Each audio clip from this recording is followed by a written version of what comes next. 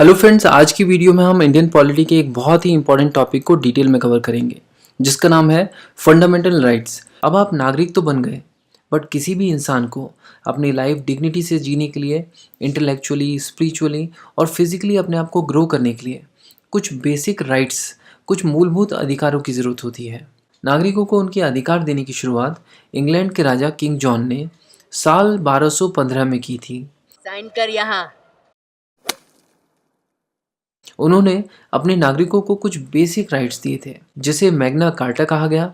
और क्योंकि भारत के नागरिकों को ये मूलभूत अधिकार हमारे कॉन्स्टिट्यूशन के पार्ट 3 से मिलते हैं, इसीलिए कॉन्स्टिट्यूशन के पार्ट 3 को हम मैग्ना कार्टा ऑफ इंडिया कहते हैं। पार्ट 3 बेसिकली कॉन्स्टिट्यूशन का वही पार्ट है जिसमें हमें फंडामेंटल राइट्स से रिलेटेड आर्टिकल मिलते हैं, यानी आर्टिकल 12 से आर्टिकल 35 तक। हमारे देश के जो फ्रीडम फाइटर्स हैं वो आज़ादी मिलने से पहले से ही फंडामेंटल राइट्स को लेकर काफ़ी सीरियस थे। इनफैक्ट इंडियन नेशनल कांग्रेस ने 1931 सेशन में ही फंडामेंटल राइट्स के ऊपर रेजोल्यूशन पास किया था और इस सेशन के प्रेसिडेंट थे सरदार पटेल, और ये सेशन हुआ था कराची में। इस रेजोल्यूशन में ये माना गया था कि हमारे देश के नागरिकों को फ्रीडम ऑफ स्पीच, एक्सप्रेशन और एसोसिएशन जैसी राइट्स मिलने चाहिए, इररेस्पेक्टिव कि वो किस कास्ट, क्रीड, सेक्स या रिलीजन से बिलोंग करते हैं। इसीलिए जब हमारा कॉन्स्टिट्यूशन बन रहा था तो फिर एक बार इस बात पर बहुत ज़्यादा स्ट्रेस दिया गया कि हमारे देश के नागरिकों को कौन कौन से फंडामेंटल राइट्स मिलने चाहिए। और क्योंकि हमारे देश के कॉन्स्टिट्यूशन मेकर्स अमेरिकन कॉन्स्टिट्यूशन के बिल ऑफ राइट्स से काफ़ी ज़्यादा प्रभावित थे, इसीलिए हमारे फंडामेंटल राइट्स में आपको अमेरिका के बिल ऑफ राइट्स की एक झलक दिखती है। अब क्वेश्चन ये है कि क्या हमारा कॉन्स्टिट्यूशन सिर्फ भारत के ही नागरिकों को फंडामेंटल राइट्स देता है? जी नहीं, हमारा कॉन्स्टिट्यूशन एलियंस को भी फंडामेंटल राइट्स देता है। एलियंस वो लोग हैं जो किसी दूसरी कंट्री को बिलोंग करते हैं। हो सकता है कि वो इंडिया में किसी काम से आए हों, या फिर स्टूडेंट वीज़ा पर, या फिर टूरिस्ट वीज़ा पे यहाँ पे घूमने के लिए आए हों। और इन एलियंस को भी हम दो कैटेगरीज में बांट सकते हैं, या तो ये फ्रेंडली एलियंस हो सकते हैं या फिर एनिमी एलियंस। जिन देशों से इंडिया के अच्छे संबंध हैं उन देशों के नागरिकों को हम फ्रेंडली एलियंस कहते हैं, और जिन देशों के साथ इंडिया वॉर में है उन देशों के नागरिकों को हम एनिमी एलियंस कहते हैं। इंडियन कॉन्स्टिट्यूशन भारत में रहने वाले लोगों को फंडामेंटल राइट्स देता है, बट फ़र्क इतना ही है कि आप इंडियन सिटीज़न हो तो आपको ज़्यादा राइट्स और ज़्यादा प्रोटेक्शन मिलती है। और एलियंस में भी हमारा कॉन्स्टिट्यूशन फ्रेंडली एलियंस को एनिमी एलियंस की तुलना में ज़्यादा फंडामेंटल राइट्स देता है। अब यहाँ पर एक चीज़ समझनी ज़रूरी है कि हर एक राइट जो हमें कॉन्स्टिट्यूशन से मिलता है वो फंडामेंटल नहीं होता है। बेसिकली कॉन्स्टिट्यूशन हमें जो भी राइट्स देता है उन्हें कहा जाता है constitutional rights. But in constitutional rights में भी जो राइट्स हमें कॉन्स्टिट्यूशन के पार्ट 3 से मिलते हैं उन्हें कहा जाता है फंडामेंटल राइट्स। फंडामेंटल राइट्स और दूसरे कॉन्स्टिट्यूशनल राइट्स में मेन डिफरेंस ये है कि अगर आपके फंडामेंटल राइट्स को वायलेट किया गया है तो आप डायरेक्टली सुप्रीम कोर्ट को अप्रोच कर सकते हैं। फंडामेंटल राइट्स के अलावा किसी भी दूसरे राइट्स के वायलेशन में आप डायरेक्टली सुप्रीम कोर्ट में नहीं जा सकते। इसके अलावा हमारा जो कॉन्स्टिट्यूशन है वो फंडामेंटल राइट्स को किसी भी तरह के चेंजेस से प्रोटेक्ट करता है। कॉन्स्टिट्यूशन कहता है कि अगर सरकार कोई भी ऐसा लॉ बनाती है जो फंडामेंटल राइट्स के साथ छेड़खानी करे तो उन लॉज को कोर्ट के द्वारा नल और वॉइड माना जाएगा। इस तरह हमारा कॉन्स्टिट्यूशन ये इंश्योर करता है कि चाहे देश में सरकार कितनी भी निरंकुश हो जाए, कितनी भी तानाशाह हो जाए, फिर भी देश के लोगों की लिबर्टी, फ्रीडम और फंडामेंटल राइट्स इंटैक्ट रहेंगे। हमारे कॉन्स्टिट्यूशन में हमें 6 फंडामेंटल राइट्स मिलते हैं। ये फंडामेंटल राइट्स हैं: right to equality, right to freedom, right against exploitation, right to freedom of religion, cultural and educational right, right to constitutional remedies. इन फंडामेंटल राइट्स और इनसे जुड़े हुए आर्टिकल्स को जब हम पढ़ते हैं तो हमें एक टर्म बार बार दिखती है, और वो टर्म है स्टेट। और इसीलिए कॉन्स्टिट्यूशन के पार्ट 3 के सबसे पहले आर्टिकल यानी आर्टिकल 12 में स्टेट को डिफाइन किया गया है। यहाँ पर मोटे मोटे तौर पर ये कहा गया है कि लॉ मेकिंग बॉडीज़ और उन लॉज को इम्प्लीमेंट करने वाली जितनी भी एजेंसीज़ हैं वो सभी के सभी स्टेट को रिप्रेजेंट करती है। फॉर एग्जांपल सेंट्रल गवर्नमेंट और पार्लियामेंट ऑफ इंडिया। यहाँ पर पार्लियामेंट लॉज बनाती है और गवर्नमेंट उसको इम्प्लीमेंट करती है। इसी तरह स्टेट लेवल पर स्टेट गवर्नमेंट और स्टेट लेजिस्लेचर ये भी स्टेट को रिप्रेजेंट करते हैं। और ड्रिल डाउन करें तो हम देखेंगे कि लोकल अथॉरिटीज़ जैसे कि municipalities, panchayats, district boards, improvement trust etcetera, ये सब भी स्टेट और सेंट्रल लेजिस्लेचर द्वारा बनाए गए लॉज को इम्प्लीमेंट करवाते हैं, तो इन्हें भी स्टेट माना जा सकता है। इतना ही नहीं, स्टैच्यूरी और नॉन स्टैच्यूरी बॉडीज़ जैसे कि LIC, ONGC, सेल एटसेट्रा को भी हम इसी कैटेगरी में रखते हैं। तो ये सब इंडिविजुअली स्टेट को ही रिप्रेजेंट करते हैं। और सुप्रीम कोर्ट के हिसाब से तो वो प्राइवेट एजेंसीज जो स्टेट के लिए काम करती हैं वो भी स्टेट को रिप्रेजेंट करती हैं। तो आर्टिकल 12 में तो हमें ये जानने के लिए मिलता है कि स्टेट क्या है। अब देखते हैं आर्टिकल 13। आर्टिकल 13 कहता है कि कोई भी लॉ अगर फंडामेंटल राइट्स के साथ छेड़खानी करता है तो ऐसे लॉ को खारिज कर दिया जाएगा। और ऐसे लॉज को खारिज करने की पावर दी गई है सुप्रीम कोर्ट को, यानी कॉन्स्टिट्यूशन सुप्रीम कोर्ट को जुडिशियल रिव्यू की पावर दे रहा है कि पार्लियामेंट जो भी लॉज बनाएगी सुप्रीम कोर्ट उस लॉज को रिव्यू कर सकता है। और अगर सुप्रीम कोर्ट अपने रिव्यू में ऐसा पाता है कि ये लॉज फंडामेंटल राइट्स के साथ खेल रहे हैं तो सुप्रीम कोर्ट उन लॉज को नल एंड वॉइड डिक्लेयर कर सकता है। अब यहाँ पर जब हम ये कहते हैं कि ऑल लॉज, तो यहाँ पर किस तरह के लॉज की बात हो रही है ये जानना बहुत ज़रूरी है। ये वो लॉज हो सकते हैं जो कि पार्लियामेंट या फिर स्टेट लेजिस्लेचर द्वारा पास किए गए हैं। ये ऑर्डिनेंसेस भी हो सकते हैं जिन्हें प्रेसिडेंट या फिर स्टेट गवर्नर्स इशू करते हैं। इसके अलावा किसी भी तरह के एग्जीक्यूटिव लेजिस्लेशन द्वारा पास किए गए ऑर्डर्स, बायलॉज, रूल्स और रेगुलेशन या फिर नोटिफिकेशन को भी यहाँ कंसीडर किया जा सकता है। यहाँ पर एग्जीक्यूटिव लेजिस्लेशन का मतलब क्या है ये समझना ज़रूरी है। बेसिकली होता क्या है कि एग्जीक्यूटिव का काम होता है लॉज को इम्प्लीमेंट करना, बट कुछ केसेस में एग्जीक्यूटिव्स को भी रूल्स बनाने के लिए दिए जाते हैं। यानी जब इस तरह का सबऑर्डिनेट लेजिस्लेशन वर्क एग्जीक्यूटिव्स करते हैं तो उसे कहा जाता है डेलीगेटेड लेजिस्लेशन या फिर एग्जीक्यूटिव लेजिस्लेशन। और इनमें से किसी भी तरह के लॉज को अगर फंडामेंटल राइट में चेंजेस करते हुए पाया गया तो सुप्रीम कोर्ट तुरंत उनको वॉइड कर सकता है। बट क्या वाकई पार्लियामेंट फंडामेंटल राइट्स से रिलेटेड कोई भी चेंजेस नहीं कर सकते? तो पहले तो यही माना जाता था, बट एक लैंडमार्क केस ने सब कुछ बदल के रख दिया। ये लैंडमार्क केस था Kesavananda Bharati versus state of Kerala case. इस केस में एक बहुत ही ज़बरदस्त बात सामने निकल कर आई। यहाँ पर कहा गया कि हमारा कॉन्स्टिट्यूशन सिर्फ एक पॉलिटिकल डॉक्यूमेंट नहीं है। हमारा कॉन्स्टिट्यूशन बेसिकली सोशल फिलॉसफी पर बेस है और हर एक फिलॉसफी की दो मेन फीचर्स होती हैं, बेसिक और सर्कमस्टेंशियल।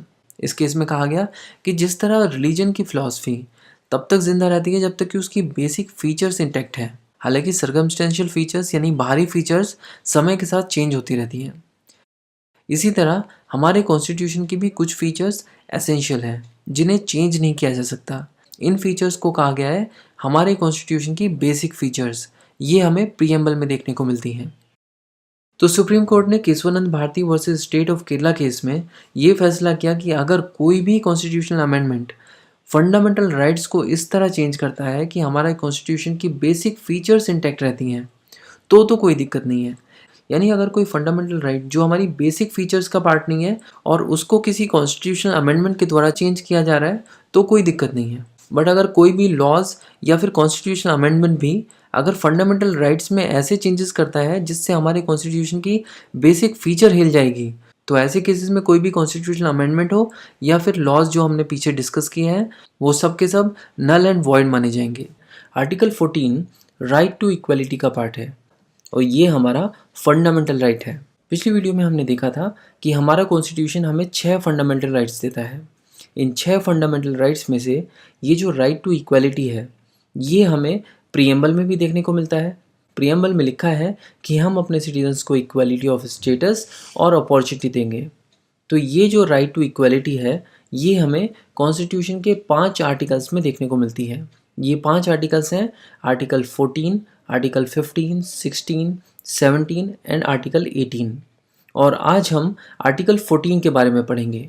सबसे पहले हमें ये समझ लेना चाहिए कि आर्टिकल 14 के थ्रू हमारे कॉन्स्टिट्यूशन मेकर्स एक्चुअली में अचीव क्या करना चाहते थे, या कहें कि आर्टिकल 14 के पीछे मोटिव क्या है। ये समझने के लिए आप जरा अपने आसपास के लोगों की तरफ देखो। क्या सभी लोग आपको एक जैसे दिख रहे हैं? क्या सभी लोग एक समान हैं? क्या इनमें कोई भी फ़र्क नहीं है? आप जब अपने आसपास देखते हो तो आपको अलग अलग तरह के लोग दिखते हैं। कोई अमीर है तो कोई गरीब, कोई काला है तो कोई गोरा, कोई हिंदू है तो कोई मुसलमान, और कोई हिंदी बोलता है तो कोई तमिल। ऐसे में हमारे कॉन्स्टिट्यूशन मेकर्स ने आर्टिकल 14 के थ्रू यही प्रयास किया है कि चाहे लोग एक दूसरे से कितने भी अलग हों, कितने भी भिन्न हों, फिर भी सबको बराबरी का न्याय मिलना चाहिए, सबको इंसाफ मिलना चाहिए। तो ये तो था मोटिव। और इस मोटिव को अचीव करने के लिए हमारे कॉन्स्टिट्यूशन मेकर्स ने हमें आर्टिकल 14 में दो कंसेप्ट दिए हैं। पहला कंसेप्ट है इक्वलिटी बिफोर लॉ और दूसरा कंसेप्ट है equal protection of laws. Equality before law एक ब्रिटिश कंसेप्ट है, जबकि इक्वल प्रोटेक्शन ऑफ लॉज को हमने अमेरिकन कॉन्स्टिट्यूशन से बोरो किया है। सबसे पहले इक्वलिटी बिफोर लॉ को समझते हैं। आपने हिंदी मूवीज़ में कई बार कोर्ट सीन्स के दौरान एक स्टैच्यू को देखा होगा जिसके हाथ में एक तराजू होता है और आंख पर पट्टी बंधी होती है, जिसे इंसाफ की देवी या फिर लेडी जस्टिस भी कहा जाता है। इनके हाथ में जो ये तराजू है, ये सिंबलाइज ये करता है कि इंसाफ जो है वो एविडेंसेस के बेस पर काम करता है, और इनकी आंखों पर बंधी पट्टी ये सिंबलाइज करती है कि कानून कभी भी ये नहीं देखता कि उसके सामने कटघरे में खड़ा हुआ इंसान गरीब है या अमीर, पावरफुल है या निम्न, गोरा है या काला, प्राइम मिनिस्टर है या फिर रिक्शा चलाने वाला। इससे हमें ये बात समझ में आती है कि कानून की नज़र में तो सब बराबर हैं और लॉ हमको सबको इक्वली ट्रीट करता है। बट क्या अनइक्वल लोगों को इक्वल ट्रीटमेंट देना काफ़ी है? मान लो दो लोग हैं, एक इंसान महीने का सिर्फ 4,000 कमाता है तो दूसरा इंसान महीने का 4 लाख रुपए कमाता है, और इन दोनों ने सेम क्राइम किया है और जज ने इन दोनों पर सेम जुर्माना लगाया है। जुर्माना है 1 लाख रुपए का। तो जज ने तो बेसिकली इक्वलिटी बिफोर लॉ को मानते हुए इन दोनों को इक्वली पनिश किया है, क्योंकि इक्वलिटी बिफोर लॉ कहता है कि किसी को भी स्पेशल प्रिविलेजेस नहीं दी जानी चाहिए और सभी लोगों पर एक बराबर लॉ अप्लाई होगा। तो क्या ये वाकई इंसाफ हुआ? क्योंकि जो इंसान महीने का 4 लाख रुपए कमाता है वो तो तुरंत जुर्माना देकर छूट जाएगा, मगर वहीं दूसरी तरफ एक दूसरा इंसान जो सिर्फ 4,000 रुपये कमाता है वो ये जुर्माना नहीं दे पाएगा और उसकी ज़िंदगी तो पूरी तरह से तहस नहस हो जाएगी। तो इस एग्जाम्पल से एक बात तो क्लियर है कि इक्वलिटी बिफोर लॉ भी अपने आप में सफिशिएंट नहीं हो सकता। इसीलिए हमारे कॉन्स्टिट्यूशन मेकर्स ने एक और concept equal protection of laws को भी आर्टिकल 14 का पार्ट बनाया था।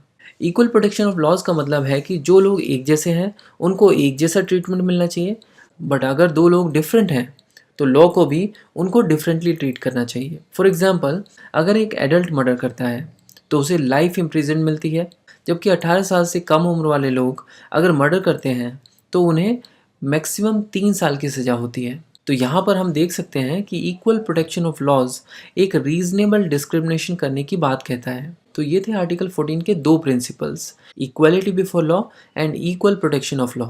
इक्वलिटी बिफोर लॉ में हमने देखा था कि किसी को भी अनइक्वल ट्रीटमेंट नहीं मिलना चाहिए, यानी यहाँ हमें ये पता चलता है कि क्या नहीं होना चाहिए। इसीलिए इक्वलिटी बिफोर लॉ को एक नेगेटिव कंसेप्ट माना गया है, जबकि इक्वल प्रोटेक्शन ऑफ लॉ में हमें ये कहा गया कि एक जैसे लोगों को एक जैसा ट्रीटमेंट मिलना चाहिए, यानी ये लॉ हमें ये बताता है कि क्या होना चाहिए। इसीलिए ये एक पॉजिटिव कंसेप्ट है। और हाँ, इक्वलिटी बिफोर लॉ जो कंसेप्ट है ये बेसिकली एक एलिमेंट है रूल ऑफ लॉ कंसेप्ट का, जिसे एक ब्रिटिश जूरिस्ट A.V. डाइसी ने प्रोपाउंड किया था। रूल ऑफ लॉ सिर्फ इतना कहता है कि गवर्नमेंट हो या फिर आम आदमी, कोई भी लॉ से बड़ा नहीं हो सकता। यानी रूल ऑफ लॉ की सुप्रीमेसी को एस्टेब्लिश करता है। और क्योंकि आर्टिकल 14 में दिया गया ये concept equality before law rule of law का ही एक एलिमेंट है, इसीलिए हम ये भी कह सकते हैं कि हमारे देश में भी लॉ सुप्रीम है, लॉ से ऊपर कोई नहीं है। बट भारत के संविधान में rule of equality before law कोई एब्सोल्यूट लॉ नहीं है। यहाँ पे कुछ लोगों को इस लॉ से इम्यूनिटी मिली है, जैसे कि प्रेसिडेंट और डिफरेंट स्टेट्स के गवर्नर्स। प्रेसिडेंट और गवर्नर्स अपने कार्यकाल के दौरान जो भी निर्णय लेते हैं या कुछ काम करते हैं उसके संबंध में कोर्ट प्रेसिडेंट और राज्यपाल से किसी भी तरह के कोई भी सवाल नहीं कर सकती। इसके अलावा प्रेसिडेंट और गवर्नर के खिलाफ न्यायालय किसी भी तरह की क्रिमिनल या फिर सिविल प्रोसीडिंग्स भी नहीं कर सकते। और हाँ, प्रेसिडेंट और राज्यपाल को उनके कार्यकाल के दौरान गिरफ्तार भी नहीं किया जा सकता। तो ये तो कुछ इम्यूनिटीज़ थी जो प्रेसिडेंट और गवर्नर्स को मिलती हैं। इसके अलावा हमारा कॉन्स्टिट्यूशन सांसद और विधायकों को भी इम्यूनिटी देता है, और वो इम्यूनिटी ये है कि पार्लियामेंट या स्टेट लेजिस्लेचर की प्रोसीडिंग्स के दौरान सांसद या विधायक क्या बोल रहे हैं, किसको वोट दे रहे हैं, इसके लिए कोर्ट उन पर किसी भी तरह का कोई मुकदमा नहीं चला सकता। और इसके अलावा पार्लियामेंट और स्टेट लेजिस्लेचर की जो प्रोसीडिंग्स हैं उससे रिलेटेड अगर कोई न्यूज़ पब्लिश करता है, टीवी पे रिपोर्टिंग करता है या फिर कहीं कुछ लिखता है, तो ऐसे किसी भी इंसान को कोर्ट में घसीटा नहीं जा सकता जब तक कि ये साबित ना हो कि भैया वो कुछ गलत रिपोर्टिंग कर रहा है। अगर वो कुछ सही फैक्ट्स दे रहा है तो उसके लिए उस पर कोई मुकदमा नहीं बनता। नेक्स्ट एक्सेप्शन फॉरेन सॉवरेन या किसी दूसरे राष्ट्र के प्रमुख, जैसे कि कोई प्रेसिडेंट या किंग या फिर दूसरे देशों के एम्बेसडर्स और डिप्लोमेट्स जो यहाँ पर इंडिया में आते हैं, उनको भी क्रिमिनल और सिविल प्रोसीडिंग से इम्यून किया गया है। मतलब सीधी सीधी बात है कि अगर दूसरे देश का राष्ट्रपति यहाँ पे आता है तो हम उस पर कोर्ट केस नहीं लगा सकते। इसके अलावा यूएनओ और उसकी एजेंसीज जितनी भी हैं उनको भी डिप्लोमेटिक इम्यूनिटी दे रखी है। तो ये था आर्टिकल 14, जिसमें हमने समझा कि कैसे हमारा कॉन्स्टिट्यूशन हमें इक्वलिटी बिफोर लॉ और इक्वल प्रोटेक्शन ऑफ लॉज के ज़रिए इक्वली ट्रीट करता है। और ये आर्टिकल टेरिटरी ऑफ इंडिया में रहने वाले सभी लोगों पर अप्लाई होता है। राइट टू इक्वलिटी के आर्टिकल 15 को डिटेल में कवर करेंगे। आज जब हम हमारे देश के लीडर्स की तरफ देखते हैं तो हमें समझ में आता है कि जो हमारे लीडर्स हैं उनमें से कोई SC STs को रिप्रेजेंट कर रहा है, कोई सिर्फ OBCs का झंडा उठा के बैठा हुआ है, कोई हिंदूज की बात कर रहा है, तो कोई सिर्फ मुसलमानों की। ऐसे में जब इन लीडर्स को सत्ता मिलती है या कहें कि जब ये पावर में आते हैं तो ये संभव है कि ये लीडर्स सिर्फ एक सेक्शन ऑफ सोसाइटीज़ के लिए बायस्ड हो सकते हैं, जिसकी वजह से एक मेजर प्रॉब्लम खड़ी हो सकती है। और वो प्रॉब्लम हम एक एग्जाम्पल से समझेंगे। मान लो सत्ता में कोई एक ऐसा लीडर आ जाए जो सिर्फ हिंदुओं की बात करता है, तो होगा क्या कि आपको अपने आसपास के स्कूल्स और हॉस्पिटल्स पर ऐसा लिखा हुआ मिल सकता है कि ये स्कूल या ये हॉस्पिटल सिर्फ हिंदुओं के लिए है। इसी के साथ साथ रोड्स पर भी आपको ऐसे बोर्ड्स दिखेंगे जहाँ पर लिखा होगा कि यहाँ सिर्फ हिंदू चल सकते हैं।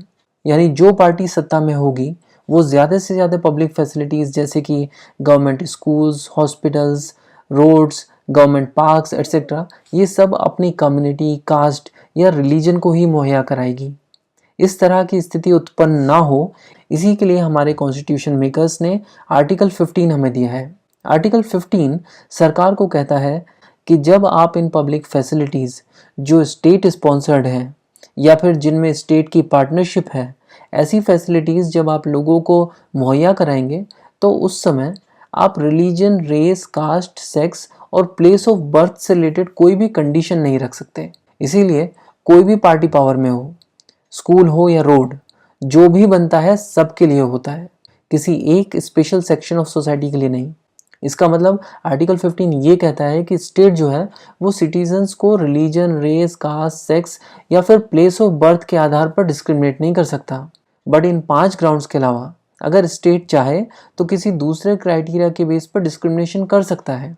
फॉर एग्जाम्पल, आपने किसी रोड पे ये लिखा हुआ देखा होगा कि यहाँ पर बड़े वाहन अलाउड नहीं है, तो ये तो डिस्क्रिमिनेशन हुआ। बट ये डिस्क्रिमिनेशन अलाउड है क्योंकि आर्टिकल 15 सिर्फ रिलीजन, रेस, कास्ट, सेक्स या फिर प्लेस ऑफ बर्थ से रिलेटेड डिस्क्रिमिनेशन को डिसअलाउ करता है। बट ये तो बात हुई स्टेट डिस्क्रिमिनेशन को रोकने की। बट पब्लिक प्लेस में सभी की सभी फैसिलिटीज़ गवर्नमेंट तो प्रोवाइड नहीं करती है। जगह जगह प्राइवेट स्कूल्स हैं, शॉप्स हैं, रेस्टोरेंट्स हैं या फिर प्राइवेट हॉस्पिटल्स भी हैं। क्या ये अलाउड है कि एक रेस्टोरेंट का मालिक अपने रेस्टोरेंट के सामने एक बोर्ड लगा दे कि भैया मैं सिर्फ अब से मुसलमानों को ही खाना खिलाऊंगा? क्या ये अलाउड है?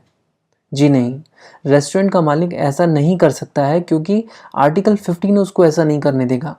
आर्टिकल 15 कहता है कि शॉप्स, पब्लिक रेस्टोरेंट्स, होटल और पब्लिक एंटरटेनमेंट वाली जितनी भी जगह हैं, ऐसी जगहों पर रिलीजन, रेस, कास्ट, सेक्स या फिर प्लेस ऑफ बर्थ के आधार पर डिस्क्रिमिनेशन नहीं किया जाना चाहिए, इवन दो ये प्राइवेट इंडिविजुअल्स की प्रॉपर्टी ही क्यों ना हो। तो ये बात तो साफ हो गई कि आर्टिकल 15 जो है वो स्टेट और प्राइवेट इंडिविजुअल्स दोनों पर अप्लाई होता है। किसी को भी रिलीजन, रेस, कास्ट, सेक्स या फिर प्लेस ऑफ बर्थ के आधार पर डिस्क्रिमिनेट करने की इजाज़त नहीं है। लेकिन जहां एक तरफ आर्टिकल 15 इन 5 ग्राउंड्स पर डिस्क्रिमिनेशन को रोकता है, वहीं आर्टिकल 15 ही स्टेट को प्रोटेक्टिव डिस्क्रिमिनेशन करने की इजाज़त भी देता है। यानी आर्टिकल 15 से रिलेटेड एक्सेप्शंस की बात हो रही है। अब ये समझना ज़रूरी है कि ये प्रोटेक्टिव डिस्क्रिमिनेशन एक्चुअली में होती क्या है और इसकी ज़रूरत क्या पड़ी है। देखो, हमारे देश में ऐसे कई सेक्शंस हैं जिन्हें सदियों से सप्रेस किया गया है, जिसके कारण ये लोग हमारी सोसाइटी के दूसरे सेक्शन से काफ़ी ज़्यादा पिछड़ गए हैं।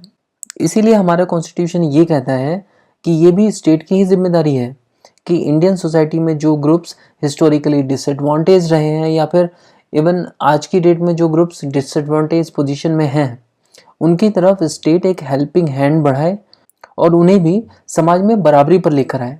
तो अब हमारे सामने प्रश्न ये है कि कौन से ऐसे सेक्शंस ऑफ सोसाइटी हैं जिन्हें प्रोटेक्टिव डिस्क्रिमिनेशन की ज़रूरत है। तो ये सेक्शंस हैं विमेन, चिल्ड्रन, SC/STs और ऐसे नागरिक जो दूसरे लोगों से सोशली और एजुकेशनली बैकवर्ड रह गए हैं। तो ये तो तय हो गया कि स्टेट की ये भी जिम्मेदारी है कि इन लोगों को मेन स्ट्रीम में लाया जाएगा कुछ एक्स्ट्रा बेनिफिट्स देकर, ताकि ये भी समाज में बराबरी पर आके खड़े हो जाएं। बट अब क्वेश्चन ये भी है कि इनको किस तरह की मदद चाहिए, स्टेट इनको किस तरह की मदद दे सकता है। तो स्टेट जो है वो काफ़ी कुछ कर सकता है, जैसे कि विमेन के लिए लोकल बॉडीज़ में, पंचायत, म्यूनिसिपैलिटीज़ या फिर ब्लॉक लेवल के जो चुनाव होते हैं उनमें महिलाओं के लिए कुछ सीट्स रिजर्व कर सकता है, ताकि महिलाओं की पॉलिटिक्स में हिस्सेदारी बढ़े। इससे विमेन एम्पावरमेंट होगा और बच्चों के लिए फ्री एजुकेशन दी जा सकती है। इसके अलावा SC/STs और socially and educationally backward classes के लिए एजुकेशनल इंस्टीट्यूट्स में रिजर्वेशन दिया जा सकता है, फीस कम की जा सकती है। तो अब आपको समझ में आ रहा होगा कि आर्टिकल 15 जो है वो SC/STs और OBCs को मिलने वाला जो रिजर्वेशन है उसका फाउंडिंग स्टोन है। पूरा का पूरा जो रिजर्वेशन का फाउंडेशन है वो आर्टिकल 15 पे है। आज हमारे देश में हर एक सेंट्रल गवर्नमेंट द्वारा फंडेड एजुकेशनल इंस्टीट्यूट्स में 7.5% सीट्स शेड्यूल्ड ट्राइब्स के लिए रिजर्व्ड है, 15% सीट्स शेड्यूल्ड कास्ट के लिए रिजर्व है और 27% सीट्स OBCs के लिए रिजर्व्ड है। तो ये क्या है? ये बेसिकली प्रोटेक्टिव डिस्क्रिमिनेशन ही तो है जो आर्टिकल 15 से हमें मिलता है। और आर्टिकल 15 का ये काइंड ऑफ देखा जाए तो एक एक्सेप्शन है। इसके अलावा यहाँ पे मज़ेदार बात ये है कि जो OBCs हैं यानी अदर बैकवर्ड क्लासेस में जो कुछ ऐसे सेक्शंस भी होंगे जो एडवांस हो चुके हैं यानी मुख्य धारा से जुड़ चुके हैं, और एक बड़ा सेक्शन ऐसा भी होगा जो अभी भी बैकवर्ड है। तो OBCs के जो एडवांस सेक्शन है उनको क्रीमी लेयर कहा जाता है और इन्हें रिजर्वेशन का लाभ नहीं मिलता, यानी OBCs के सिर्फ उस सेक्शन को रिजर्वेशन मिलता है जो कि अभी भी बैकवर्ड है। आसान भाषा में हम लोग ये भी कह सकते हैं कि जो लोग अच्छी पोजीशन पर पहुंच गए हैं उनके बच्चों को क्रीमी लेयर कहा जाएगा और क्रीमी लेयर को रिजर्वेशन नहीं मिलेगा। मान लीजिए आप OBC कैटेगरी को बिलोंग करते हैं और आगे चल के आप IAS ऑफिसर बन जाते हैं, तो आपके बच्चों को क्रीमी लेयर का पार्ट माना जाएगा और इस तरह आपके बच्चों को रिजर्वेशन का लाभ नहीं मिलेगा। इसके अलावा क्रीमी लेयर इस बात पर भी डिपेंड करता है कि आपके जो पिताजी हैं वो कितना कमाते हैं। अगर आपके फादर की एनुअल इनकम 6 लाख रुपए से ज़्यादा है तो आप ऑलरेडी क्रीमी लेयर के पार्ट हैं, तो आपको अभी भी रिजर्वेशन नहीं मिल सकता है। और हाँ, जब हम रिजर्वेशन की बात कर रहे हैं तो हमें रिजर्वेशन के बारे में ये भी जान लेना चाहिए कि रिजर्वेशन कोई गरीबी हटाओ प्रोग्राम नहीं है, ये गवर्नमेंट का सोशल जस्टिस प्रदान करने का तरीका है। आर्टिकल 16 है equality of opportunity in public employment. Article 16 कहता है कि सरकारी नौकरियों की भर्ती के समय सभी नागरिकों को इक्वल अपॉर्चुनिटी मिलनी चाहिए, और ये सुनिश्चित करने के लिए आर्टिकल 16 स्टेट को ये निर्देश देता है कि सरकारी नौकरियों की भर्ती के समय स्टेट जो है वो लोगों को religion, race, caste, sex, descent, place of birth या फिर प्लेस ऑफ रेजिडेंस के आधार पर डिस्क्रिमिनेट नहीं कर सकता है। हालांकि इन 6 पैरामीटर्स को छोड़कर किसी भी दूसरे पैरामीटर्स पर डिस्क्रिमिनेशन अलाउड है, जैसे कि एजुकेशनल क्वालिफिकेशन या फिर परफॉर्मेंस इन टेस्ट या फिर फिजिकल फिटनेस एट्सेट्रा। और ये डिस्क्रिमिनेशन तो वैलिड है क्योंकि आपको पता ही है कि हमारे देश में बहुत ज़्यादा पॉपुलेशन है और जॉब्स कम, तो सिलेक्शन के लिए कुछ ना कुछ क्राइटेरियाज तो बनाने ही पड़ेंगे। बट इसी के साथ साथ article 16 place of residence, caste और रिलीजन के बेस पर कुछ रीजनेबल डिस्क्रिमिनेशन करने के लिए भी अलाउ करता है। यानी हम बात कर रहे हैं आर्टिकल 16 के एक्सेप्शंस की। आर्टिकल 16 कहता है कि पार्लियामेंट अगर चाहे तो प्लेस ऑफ रेजिडेंस के बेस पर सरकारी नौकरियों में कुछ सीट्स को रिजर्व कर सकता है। आंध्र प्रदेश और तेलंगाना यही 2 स्टेट्स हैं इंडिया में जहां पर सरकारी नौकरियों में लोकल्स के लिए सीट्स रिजर्व हैं। इन दोनों स्टेट्स के अलावा किसी भी दूसरी जगह पर प्लेस ऑफ बर्थ या फिर रेजिडेंस के बेस पर सीट्स को रिजर्व नहीं किया गया है आज की डेट में। अब देखते हैं आर्टिकल 16 के सेकंड एक्सेप्शन को, जो स्टेट को कास्ट से रिलेटेड रीजनेबल डिस्क्रिमिनेशन की परमिशन देता है।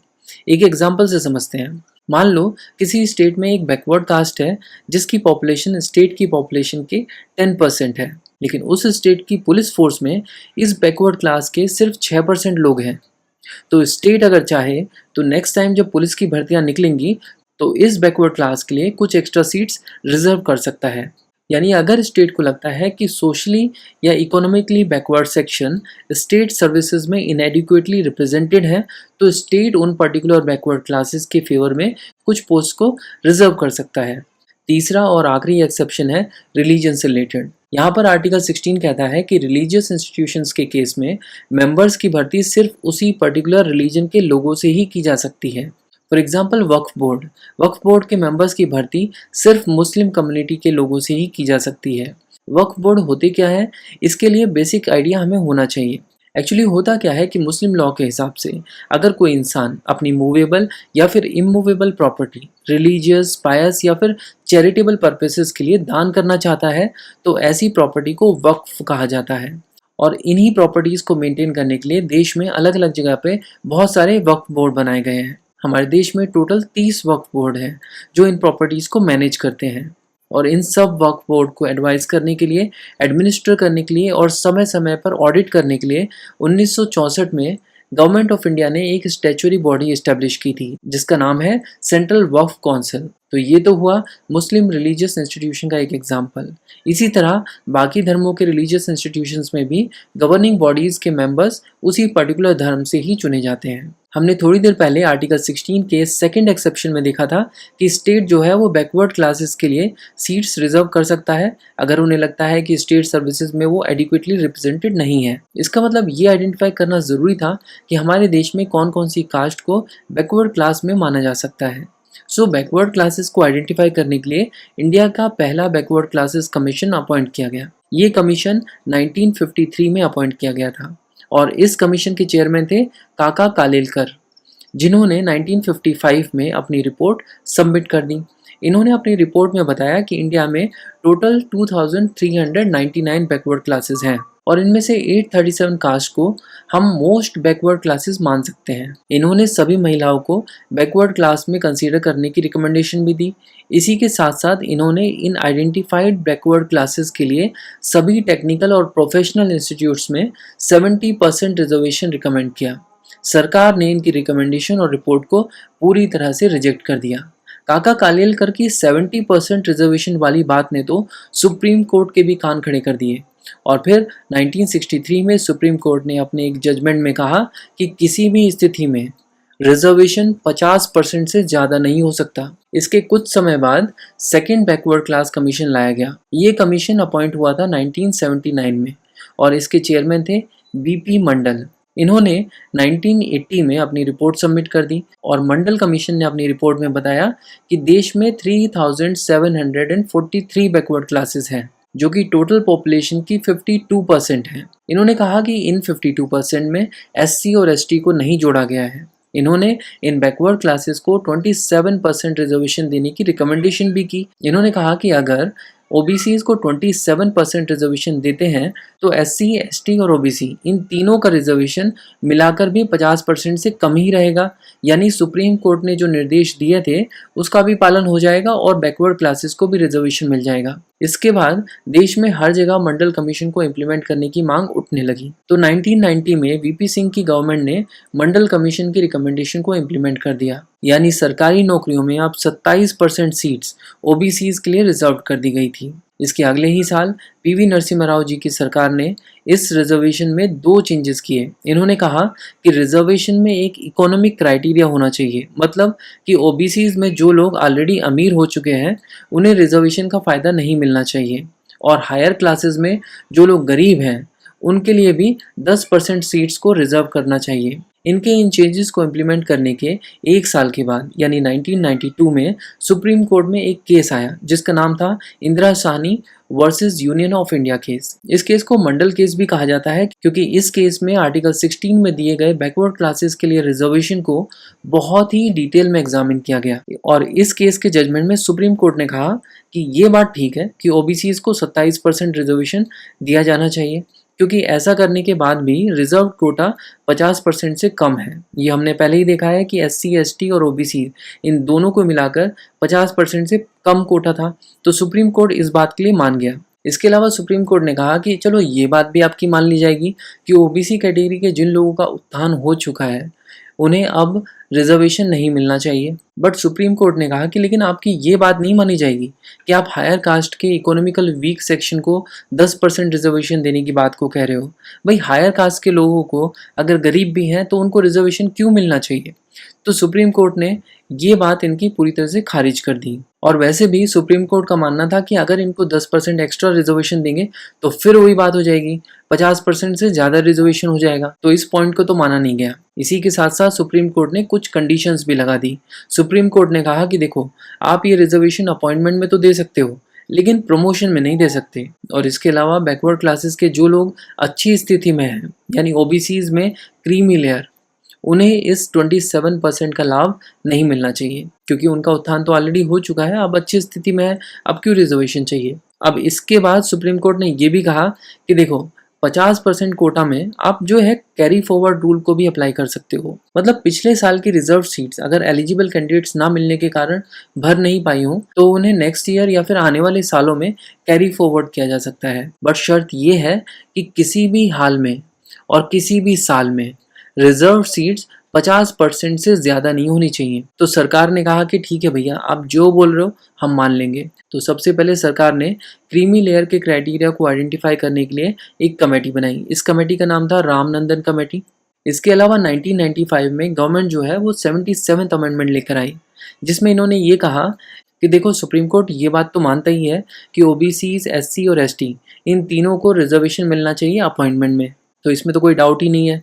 बट प्रमोशन के लिए अगर आप ओबीसीज को रिजर्वेशन नहीं भी देना चाहते हैं तो ठीक है, लेकिन एससी और एसटीज को आपको रिजर्वेशन प्रमोशन में भी देना पड़ेगा। इसके बाद फिर से साल 2000 में कॉन्स्टिट्यूशन को एक बार फिर से अमेंड किया गया और इस बार 81st अमेंडमेंट एक्ट से इस बार सरकार ने कैरी फॉरवर्ड रूल में भी 50% की जो सीलिंग सुप्रीम कोर्ट ने लगा रखी थी उसको हटा दिया। गवर्नमेंट ने कहा कि देखो, पिछले साल की जो अनफुलफिल्ड रिजर्व सीट्स थी हम उनको अलग से ट्रीट करेंगे, यानी 50% कोटा के अलावा ये सीट्स भी बैकवर्ड क्लासेस के कैंडिडेट्स के लिए रिजर्व की जाएंगी। तो सुप्रीम कोर्ट द्वारा लगाई गई इस कंडीशन को भी हटा दिया गया।